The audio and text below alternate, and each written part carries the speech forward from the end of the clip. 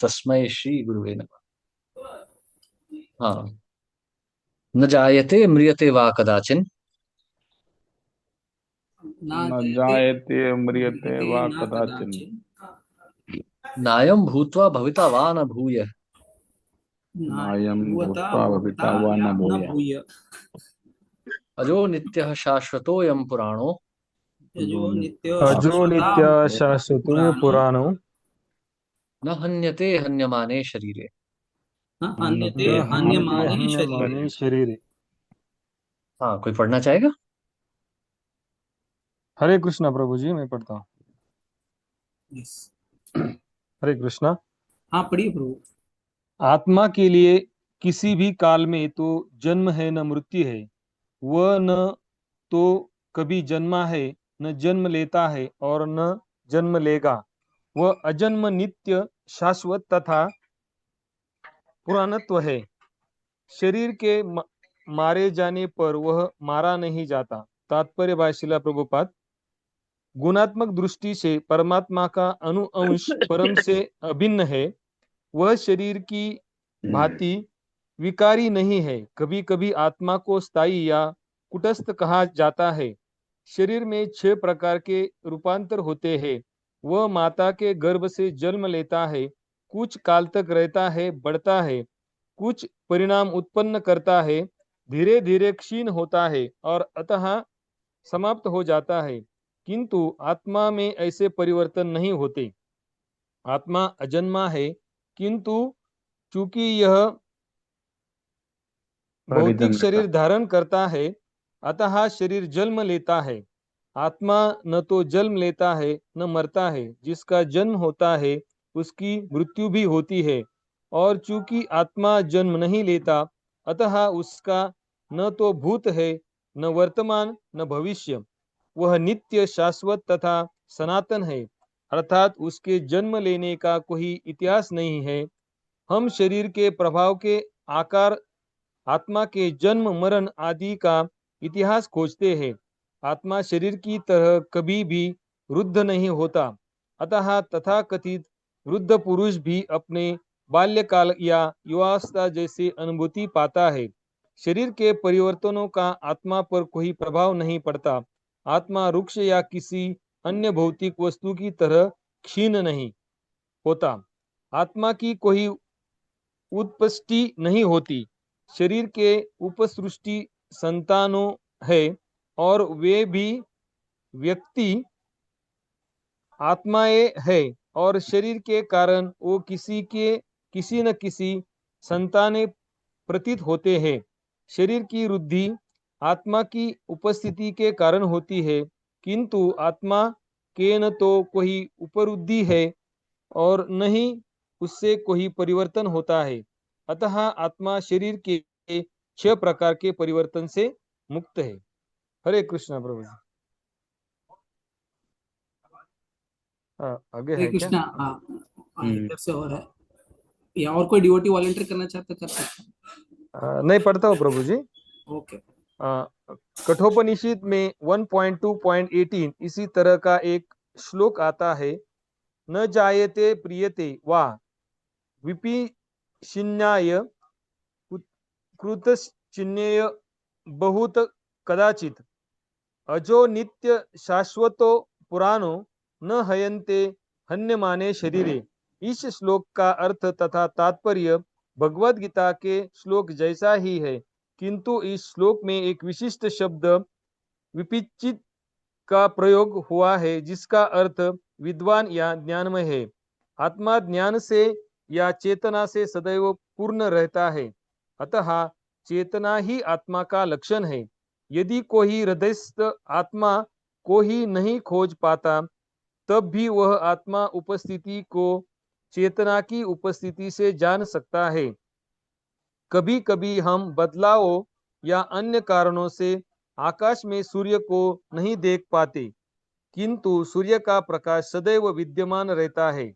अतः हमें विश्वास हो जाता है कि यह दिन का समय है।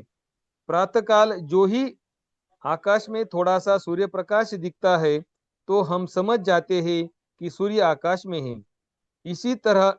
इसी प्रकार चूंकि शरीर में चाहे पशु के हो या पुरुषों के कुछ न कुछ चेतना रहती है, अतः हम आत्मा की उपस्थिति को जान लेते हैं, किंतु जीव की यह चेतना परमेश्वर की चेतना से भिन्न है, क्योंकि परम चेतना तो सर्वज्ञ है, भूत वर्तमान तथा भविष्य के ज्ञान से पूर्ण। व्यक्ति जीव की चेतना विस्मरणशील है। जब वह अपने वास्तविक स्वरूप को भूल जाता है तो उसे कृष्ण के उपदेशों की शिक्षा तथा प्रकाश और बोध प्राप्त होता है, किंतु कृष्ण विस्मरणशील जीव नहीं है। यदि वह ऐसे होते तो उनके द्वारा दिए गए भगवत गीता के उपदेश व्यर्थ होते। आत्मा के दो प्रकार है, एक तो अनुआत्मा और दूसरा विभु आत्मा। कठोपनिषद में 1.2.20 इसकी पुष्टि इस प्रकार से हुई है। अरोर्णीय महयंतो महियानात्मा श जंतोर्निहितो गुहायाम तम क्रतुहा पश्यन्ति वित शोको धातु हा प्रसाद नाम नामत्मा। हरे कृष्णा प्रभु जी, स्क्रॉल कीजिए। परमात्मा तथा अनु आत्मा, परमात्मा तथा अनुआत्मा दोनों शरीर रूपी उस वृक्ष में जीव के हृदय में विद्यमान है, और इनमें जो समस्त इच्छा हो तथा शोकों से मुक्त हो चुका है, वही भगवत कृपा से आत्मा की महिमा को समझ सकता है। कृष्ण परमात्मा के भी उद्यम है, जैसे कि अगले अध्यायों में बताया जाएगा, और अर्जुन अनु आत्मा के समान है, अपने वास्तविक स्वरूप को भूल गया है, अतः उसे कृष्ण द्वारा या उनके प्रामाणिक प्रतिनिधि गुरु द्वारा प्रबुद्ध किए जाने की आवश्यकता है। वेदा विनाशीन नित्य यन मज मवयम कथा स पुरुषार्थ पार्थक घातयति हंति कमहा। हरे कृष्णा प्रभु जी, शायद ये अगला श्लोक है। हरे कृष्ण। हरे कृष्णा, इधर तक धन्यवाद ही प्रभु। आवश्यकता है, इधर तक ही है। यस न प्रभु जी, जायते हरे। म्रियते वा कदाचिन, नायं भूत्वा भविता वा न भूयः, अजो नित्यः शाश्वतोऽयं पुराणो, न हन्यते हन्यमाने शरीरे। आत्मा का न जन्म होता है, न मृत्यु होती है। उसका अस्तित्व को कोई मतलब हम उद्गम नहीं जानते जीव का, क्योंकि जीव जो है वो भगवान का ही अंश है। ममैव अंश जीवलोके जीवभूत सनातन। सारे जीव मेरा ही अंश है, मुझसे ही उनका उद्गम हो रहा है। तो इस संदर्भ में शिल प्रभुपाद एक बहुत सुंदर टिप्पणी करते हैं कि भगवान और जीव को यदि समझना है तो इस प्रकार से हम समझ सकते हैं, जैसे अग्नि और से निकलने वाली चिंगारियां। तो अग्नि के छोटे छोटे कण होते हैं चिंगारियों में, वो निकल के आते हैं उससे। अग्नि जो है वो स्तोत्र है। अग्नि जो है, जैसे बड़ा जंगल जल रहा है तो स्तोत्र है, वहां से अग्नि, वहां सब अग्नि वहां से उत्पन्न हो रही है। उससे छोटी छोटी चिंगारियां निकल रही हैं। ये चिंगारियों का जो अस्तित्व है अग्नि के ही समान है। यदि आप उन्हें हाथ लगाएं तो वो गर्म ही होंगे, उनका रंग भी वैसा ही होगा। परंतु एक यहाँ पर छोटा सा अंतर है। यदि इस भीषण अग्नि में आप फूकने की कोशिश करेंगे तो कुछ नहीं होने वाला। परंतु ये चिंगारियां जो हैं, यदि ये अग्नि से विलग हो जाएं तो ये राख बन जाती हैं। आपने देखा होगा, यदि आपने से गांव में किसी ने कभी लकड़ी वगैरह जलाई है तो आपने देखा होगा कि चिंगारियां उड़ती हैं। यदि आप उन्हें ध्यान से देखें, वो दूर तक ऊपर तक उड़ेगी, और एक बार अग्नि से अलग हो गई तो फिर वो राख बन के नीचे गिर जाती है। उसका रंग भी बदल जाता है, वो ठंडा हो जाती है, ठंडी हो जाती है, कुछ नहीं बचता उसमें। उसी प्रकार से जीवात्मा जो होता है वो भी भगवान से उत्पन्न हो रहा है। तो चिंगारी जिस प्रकार से अग्नि के प्रभाव से निकल के राख बन जाती है, उसी प्रकार से जीवात्मा भी जो है वो जब भगवान के प्रभाव से दूर हो जाता है तो वो माया के प्रभाव में आ जाता है।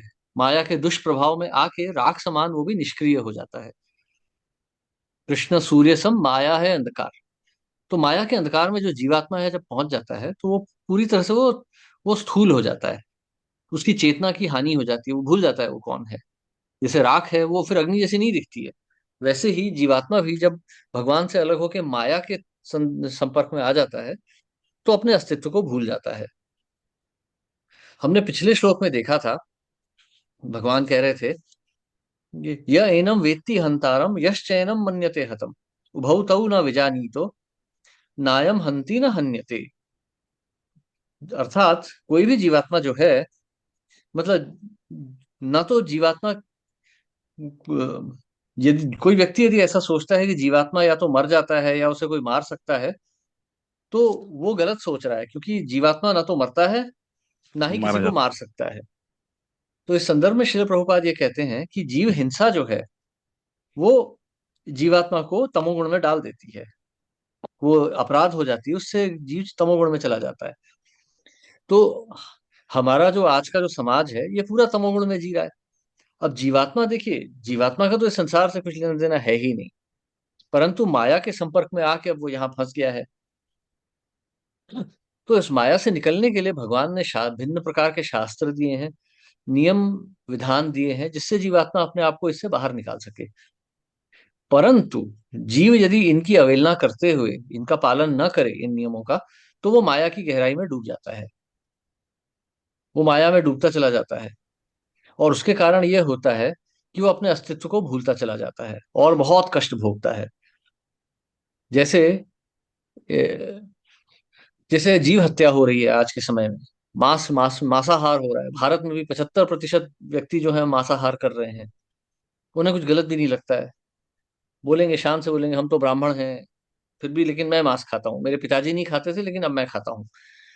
इस प्रकार से जब हम हिंसा करते हैं तो हमसे पाप होता है, हमारी चेतना जो है वो और गहराई में डूबती चली जाती है और हम भगवान को भूलते चले जाते हैं। तो इससे जो आत्मा का ज्ञान है वो और जो है वो डूबता चला जाता है, वो गहराई में, वो अंधेरे में डूबता चला जाता है। फिर हम नहीं देख पाते कि हमारा अस्तित्व क्या है, और हम शोक में लिप्त होते हैं।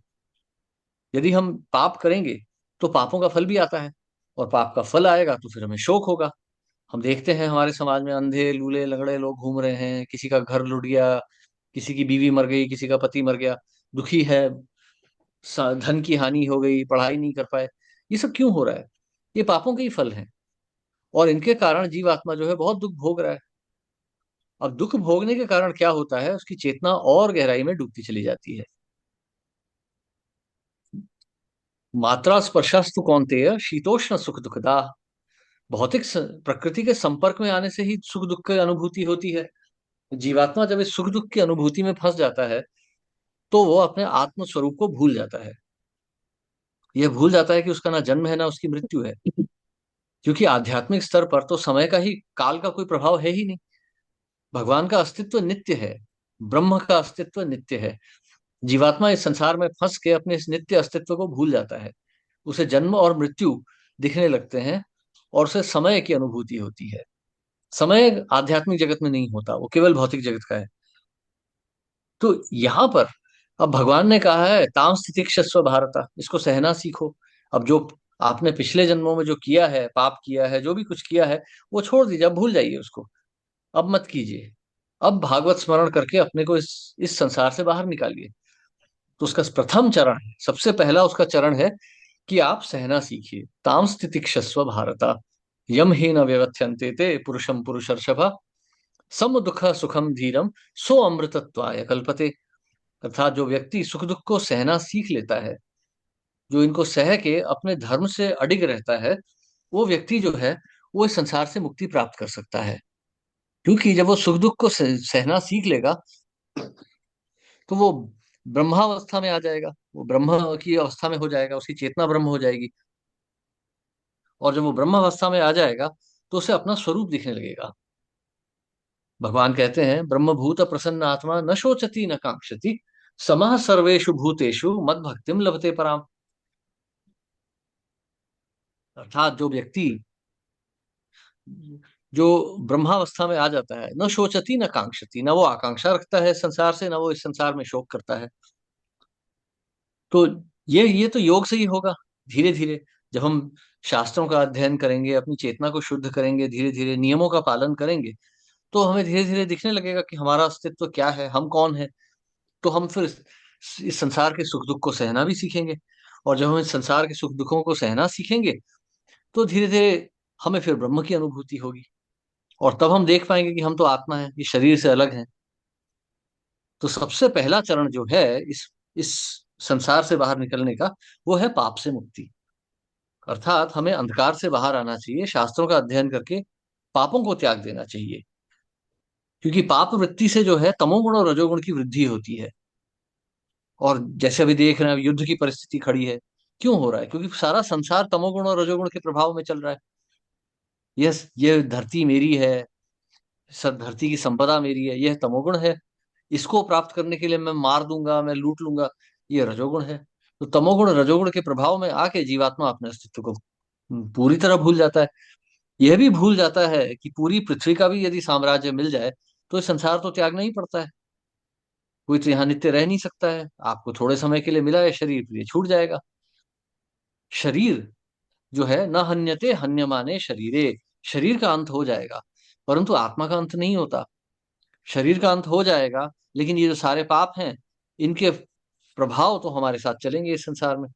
तो अगले शरीर में मिलेंगे, फिर अगले शरीर में दुख भोगना पड़ेगा। अब देख सकते हैं, हम कहते हैं कि अरे ये तो अमेरिका है, ये तो यूरोप है, यहाँ तो लोग इतने धनी हैं, इतने सुंदर हैं, इतने प्रभावशाली हैं। और वहीं हम देखते हैं अफ्रीका है, एशिया के ऐसे राष्ट्र हैं जहाँ पे व्यक्तियों को खाने को नहीं मिलता है। हमारी अपनी भारतवर्ष में ही हम देख लें, कितनी बुरी परिस्थिति है। टूटी फूटी सड़कें हैं। आप कितने भी धनी हो जाएं, आपकी गाड़ी में कम से कम 2 डेंट तो पड़े हुए ही होंगे। आपने कम से कम 2-4 जगह ठोकर खाई ही होगी, कहीं गड्ढे में आपका पैर तो पड़ा ही होगा। क्योंकि ये हमारे पूर्व जन्मों के फल होते हैं। तो किसको कैसा जन्म मिलेगा, वो तो पूर्व जन्मों से ही बन के आ रहा है, प्रारब्ध से बन के आ रहा है। तो इस प्रारब्ध को यदि समाप्त करना है, तो इस संसार में हमें ये सब पाप कर्मों को त्यागना होगा। पाप को त्यागेंगे, पाप वृत्ति को त्यागेंगे, तो सत्वगुण बढ़ेगा। सत्वगुण बढ़ेगा, तब हम शास्त्रों को समझ पाएंगे और ब्रह्मावस्था में पहुंचेंगे। तब हम आत्मा के स्वरूप को देख सकते हैं।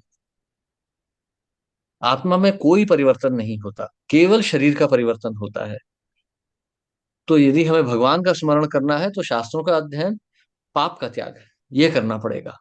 और धीरे धीरे इस प्रकार से स्मरण करते हुए हमें भगवत दर्शन भी होगा, हमें आत्म दर्शन भी होगा। जीवेरा स्वरूप है कृष्णेर नित्य दास, कृष्णेर तटस्थ शक्ति भेदा भेद प्रकाश। कृष्ण विष्णु नारायण जो पुरुष हैं, मतलब जो पुरुष अवतार हैं, जो भगवान स्वयं है, हम इनके दास हैं, हम नित्य दास हैं। आप उनको किसी भी नाम से पुकार लीजिए, आप उन्हें किसी भी दृष्टिकोण से समझिए, परंतु हम उनके नित्य दास हैं। हर शास्त्र यही कहता है। इसलिए जो देवी देवताओं की भी जो पूजा अर्चना करते हैं, वो भी उनके दासत्व ही तो करते हैं। कोई नहीं कहता ना कि ये देवता मेरे मित्र हैं, या ये देवता तो का तो मैं स्वामी हूँ, नहीं। देवी देवता भी हुए तो हम उनके दास ही होते हैं। क्योंकि देवी देवता तो भगवान का अंश है, भगवान के सहायक हैं, भगवान का अंश है, इसलिए हम उनके भी दास बन जाते हैं। ये धीरे धीरे हमें समझ में आता है जब हमारी चेतना शुद्ध होने लगती है। जैसे जैसे नास्तिकवाद बढ़ता है, वैसे वैसे हम अपने को स्वामी मानते हैं। जितना हम अपने आप को दास मानेंगे, उतना हमारा अहंकार समाप्त होगा, उतनी जल्दी हमें ब्रह्मभूत अवस्था प्राप्त होगी, हमें आत्म साक्षात्कार प्राप्त होगा। हरे कृष्ण। कोई प्रश्न या टिप्पणी किसी की?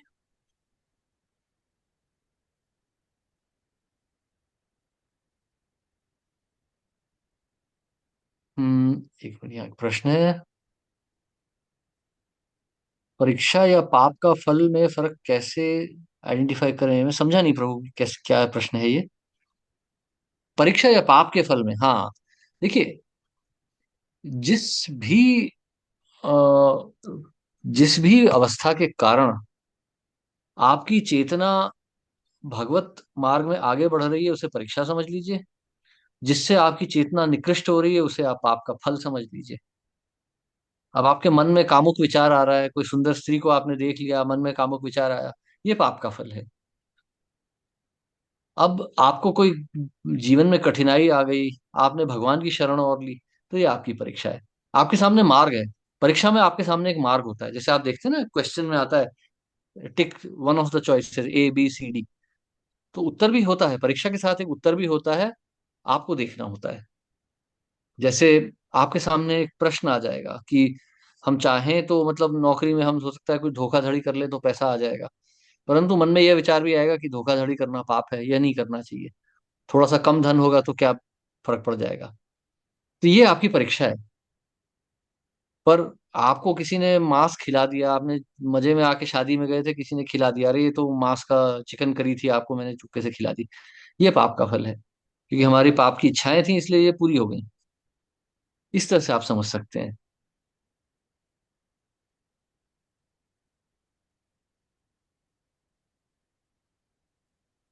हालांकि एक भक्त जो है, उसके लिए तो पाप का फल भी एक परीक्षा ही होती है। पाप के फल से भी वो भगवान को धन्यवाद देता है। हालांकि जो व्यक्ति भक्ति में आता है, जो भगवान की शरण लेने का विचार भी करता है, मतलब मैं नहीं कह रहा हूँ कि जो शरण ले लेता है भगवान की, जो भगवान की शरण लेने का विचार भी कर रहा है, उस व्यक्ति ने भी अपने पिछले जन्मों में बहुत सारे अनुष्ठान किए होंगे, बहुत पुण्य किए होंगे, जिसके फल से आज उसे एक ऐसी अवस्था प्राप्त हुई है जहां वो भगवान की शरण लेने का विचार ला रहा है मन में। तो ऐसे व्यक्ति के पाप तो समाप्त हो ही चुके होते हैं। परंतु भगवान फिर भी कुछ ऐसी अवस्थाएं खड़ी करेंगे कि उसे दुख भोगने पड़ेंगे। और ऐसी अवस्था में व्यक्ति यदि शास्त्रों का अध्ययन करे, साधु संग करे और समझे कि ये संसार का नियम है, दुखालयम अशाश्वतम, यहाँ दुखी होना ही है, इस संसार का नियम ही इस प्रकार से, यदि ऐसा सोच के वो व्यक्ति भगवान की शरण ले ले कि हे भगवान, ये संसार में ना कुछ भला है ना कुछ बुरा है, यहाँ सभी कुछ अनिष्ट है, तो ऐसा सोचते हुए यदि भगवान की शरण ले ले, तो फिर कोई पाप का फल नहीं होता है। जो पाप की चेतना को त्याग दे वो व्यक्ति पुण्य हो जाता है। देखिए, पाप का जो कर्म है ना, वो कोई बड़ा गंभीर चीज नहीं है। सबसे बड़ी गंभीर बात है पाप की चेतना। हमने किसी को मार दिया, ये इतना गंभीर नहीं है जितना हमें हमारे मन में किसी को मारने की इच्छा हो। ये पाप की जो इच्छा होती है, इसी से सारे पाप होते हैं, इसी से हमारी भौतिक संसार में हमारी जो जीवन अवस्था है वो बढ़ती रहती है। हम भौतिक जगत में फंसे रह जाते हैं। जिस दिन पाप की चेतना को छोड़ दी, उस दिन पाप भी जो है वो दांत, टूटे हुए दांत वाले सर्प के समान हो जाते हैं। वो देखने में तो सर्प ही रहेंगे, परंतु उनका कोई प्रभाव नहीं रह जाएगा। तो पाप की वृत्ति को त्यागना, ये एक पुण्यात्मा का कर्म होता है। तो पाप वृत्ति को त्यागना ये भक्ति का उद्देश्य है सबसे पहले। भक्ति बाद में आती रहेगी।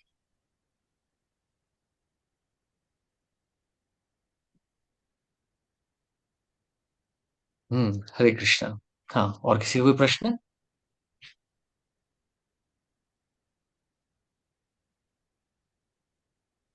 किसी को प्रश्न है? 2 मिनट है यहाँ पे, अगला श्लोक तो लंबा है थोड़ा सा। अगले दिन ले सकते हैं।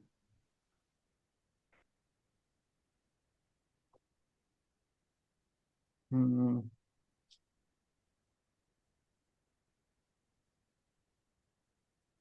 हम्म, हाँ। Emotional fear main reason behavior, happiness and sadness, but you never ever during happiness. How to live presence of mind to remember this श्लोक। देखिए प्रभु, शास्त्रों को ना रटा नहीं जाता, शास्त्रों को समझा जाता है। अर्जुन की परिस्थिति तो हमसे भी ज्यादा भयानक है ना। अपने ही पितामह का, अपने गुरु की हत्या करनी है, उन्हें मारना है उन्हें। वो हत्या कह रहे हैं, हालांकि धर्म है, वो हत्या नहीं है। परंतु हम, उनकी परिस्थिति तो हमसे गंभीर है। परंतु फिर भी वो कह रहे हैं, शिष्यस्ते हम शाढ़ीमाम त्वाम प्रपन्नम। ये भगवान, अब मेरी चेतना जो है वो पूरी तरह से भ्रष्ट हो गई है, मुझे समझ नहीं आ रहा है क्या करना है क्या नहीं करना है, इसलिए मैं आपकी शरण ले रहा हूँ। तो जब हमारी भी ऐसी कोई परिस्थिति आती है, बहुत सुख है या बहुत दुख है, तो हमें तुरंत शरण लेनी चाहिए। गुरु की, शास्त्रों की, साधुओं की शरण लेंगे तो फिर हमारी चेतना शुद्ध रहेगी।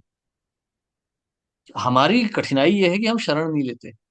हम सुखी हैं तो सुखी हो जाते हैं, अरे मेरा बेटा, अरे मेरी बेटी, अरे मेरे नौकरी लग गई, अरे मेरे पास घर आ गया, विदेश यात्रा लग गई। अरे ये सब से, ये सब हो रहा है तो मतलब ये तो व्यवहार है, संसार का चल रहा है, संसार का प्रवाह है ये। व्यावहारिक वस्तुओं को लेके आप बहुत ज्यादा हर्ष में या शोक में मत जाइए। अरे माता की मृत्यु हो गई, पिता की मृत्यु हो गई, अरे ये हो गया वो हो गया, वो भी होगा, दुख होगा, सुख भी आएगा दुख भी आएगा। पर आप कहिए ठीक है, दुख हो रहा है तो आप भगवान कृष्ण की शरण लीजिए। कृष्ण कृष्ण रक्षा माम, कृष्ण कृष्ण पाही माम, हे कृष्ण मेरी रक्षा कीजिए, भगवान की शरण लीजिए। सुख हो रहा है तो भगवान को धन्यवाद दे दीजिए कि हे भगवान आप बहुत कृपालु हैं, मैं सबके योग्य नहीं था, परंतु आपने मुझे दे दिया। अब मैं इसको आपकी सेवा में लगाऊंगा। ये आपका ही है। हम सर्वस्य प्रभव मत्तः सर्वम प्रवर्तते, सब कुछ भगवान से ही तो आ रहा है, तो भगवान का ही है। तो आपको सुख हो रहा है तो भगवान को धन्यवाद दीजिए कि भगवान आपने अपनी संपदा हमें दे दी। अब मान लीजिए आप जा रहे हैं सड़क में, अचानक कोई प्रधानमंत्री आ गया, उसने कहा चलो मेरी गाड़ी में बैठ जाओ। तो आप कहेंगे अरे वाह धन्य हो गए, प्रधानमंत्री ने गाड़ी में बिठा दिया, आप बैठ गए। वो बोले कहाँ छोड़ना है, आप कहेंगे यहाँ छोड़ दो। अब आप उतर के तो ये नहीं कहेंगे ना कि आप प्रधानमंत्री से कि भाई ये गाड़ी यहीं खड़ी करा दो, आप जाओ अब दूसरी गाड़ी में, ये मेरे मुझे ही दे दो। ऐसा तो नहीं कहेंगे। आप जानते हैं कि ये गाड़ी किसी और की है, आपको मिल गई। उसी प्रकार से संसार की हर वस्तु तो भगवान की ही है, हम तो किराएदार हैं। तो आप इस तरह से यदि आपके जीवन में सुख आ रहा है तो यही समझिए कि भगवान ने हमें उधार में दे दिए सुख। और यदि जीवन में दुख आ रहा है तो ये समझ लीजिए कि हमारा क्या था। तो आप देखते हैं ना, वो मारवाड़ियों की दुकान में लिखा होता है, जो हो रहा है जो हो गया अच्छा हुआ, जो होगा अच्छा ही होगा, जो हो रहा है अच्छा है, तुम क्या लाए थे जो तुमने खो दिया, तुम क्यों दुखी होते हो। अब हालांकि वो गीता का सार नहीं है, परंतु आप समझ सकते हैं उसको, कि हम क्या लाए थे, आपका क्या था जो आपने खो दिया। हाँ ये हमारा अहंकार है, हमने सोचा ये हमारे माता है, ये पिता है, ये हमारा संसार है, हमारी बुद्धि है, हमारा शरीर है। अब ये आसक्ति इतनी जल्दी नहीं जाएगी। परंतु जब दुख आएगा तो भगवान की शरण तो ले ही सकते हैं हम, कि हे भगवान मेरी रक्षा कीजिए। भगवान हमारी रक्षा करेंगे हमारी चेतना को शुद्ध करके। तो इस तरह से आप भगवान की शरण नित्य ले सकते हैं। सुख और दुख को तो आप मतलब जैसे नदी में लहर आती है ना, समुद्र में लहर आती है, उस तरह से देखिए। नाव तो लहरों पर ही तैरती है, कभी ऊपर कभी नीचे। समुद्र में नाव सीधी थोड़ी ना चलती है, कभी ऊपर कभी नीचे ही जाती है। संसार भी वही है, कभी सुख है कभी दुख है। आप नाव चलाते जाइए, आप भगवत धाम की तरफ चलाइए अपनी नाव को, आप मत रुकिए। ठीक है।